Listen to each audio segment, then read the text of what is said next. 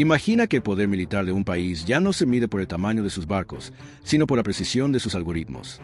Imagina que un enjambre de drones, casi invisibles, puede hacer en minutos lo que antes requería una flota completa. Ahora imagina que ese cambio no está ocurriendo en una potencia lejana, sino en el escenario que define el futuro de México. Porque mientras algunos siguen pensando en portaaviones como símbolo de poder, el mundo real se está moviendo hacia otra lógica. Una lógica donde la velocidad, la inteligencia artificial y la guerra asimétrica redefinen todo. Y aquí es donde surge la gran pregunta. ¿Debe México invertir en un portaaviones o en drones y misiles de nueva generación? Lo interesante es que tu audiencia ya tomó una postura, y los datos técnicos empiezan a darles la razón. Para entender este debate hay que romper una idea muy arraigada. Durante décadas, el portaaviones fue el máximo símbolo de poder militar.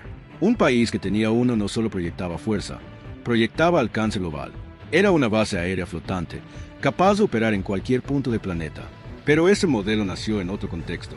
Un contexto donde el dominio del aire dependía de aviones tripulados y donde la amenaza principal eran otras flotas similares. Hoy, ese paradigma está siendo cuestionado desde múltiples frentes. Primero, el costo. Un portaaviones moderno puede costar más de $10,000 millones solo en construcción. A eso hay que sumarle mantenimiento, escoltas, tripulación, logística y modernización constante. En total, el costo operativo a lo largo de su vida útil puede multiplicarse varias veces. Para un país como México, ese nivel de inversión no solo es alto, es estructuralmente complejo. Implicaría redirigir recursos de múltiples áreas, comprometer presupuestos a largo plazo y asumir una doctrina militar completamente distinta. Ahora comparemos eso con drones. Un sistema de drones puede variar enormemente en costo, desde miles hasta millones de dólares por unidad, dependiendo de su sofisticación.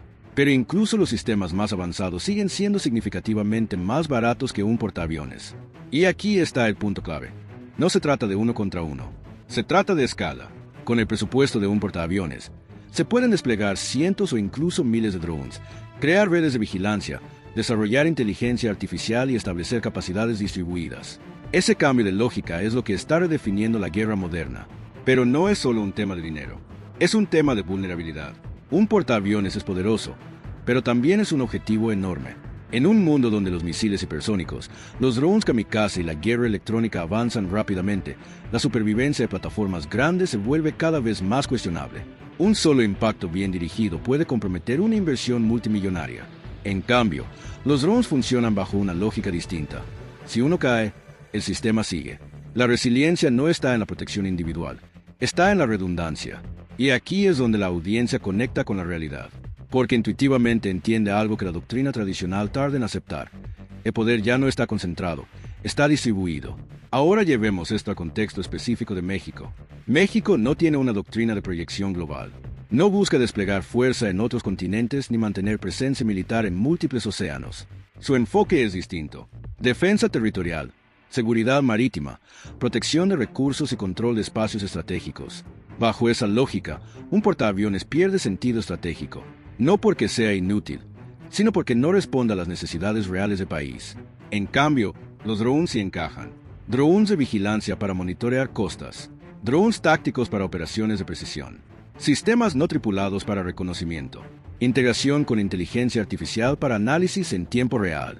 Eso no solo es más barato, es más relevante. Y aquí entra otro factor que valida la preferencia de la audiencia: la experiencia internacional. Conflictos recientes han demostrado que sistemas relativamente baratos pueden neutralizar equipos extremadamente costosos. El uso de drones en guerras contemporáneas ha cambiado la forma en que se planifican las operaciones. No es casualidad que potencias militares estén invirtiendo cada vez más en este tipo de tecnología. Ahora bien, eso no significa que los portaaviones sean obsoletos. Significa que su utilidad depende del contexto. Para potencias con intereses globales, siguen siendo relevantes. Para países con enfoque regional, su valor es cuestionable, y México claramente entra en la segunda categoría.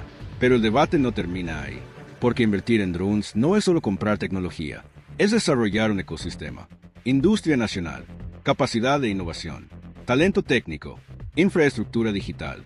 Aquí es donde el tema se conecta con algo más grande: soberanía tecnológica. Si México decide apostar por drones y sistemas avanzados, no solo está tomando una decisión militar, está tomando una decisión industrial. Está definiendo qué tipo de país quiere ser en el futuro, porque el verdadero valor de esta estrategia no está solo en la defensa, está en el desarrollo, en la capacidad de producir tecnología propia.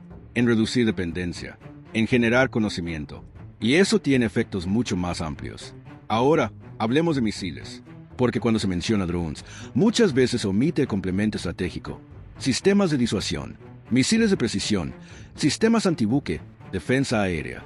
Estos elementos cambian completamente la ecuación. Un país no necesita proyectar poder global si puede defender eficazmente su territorio.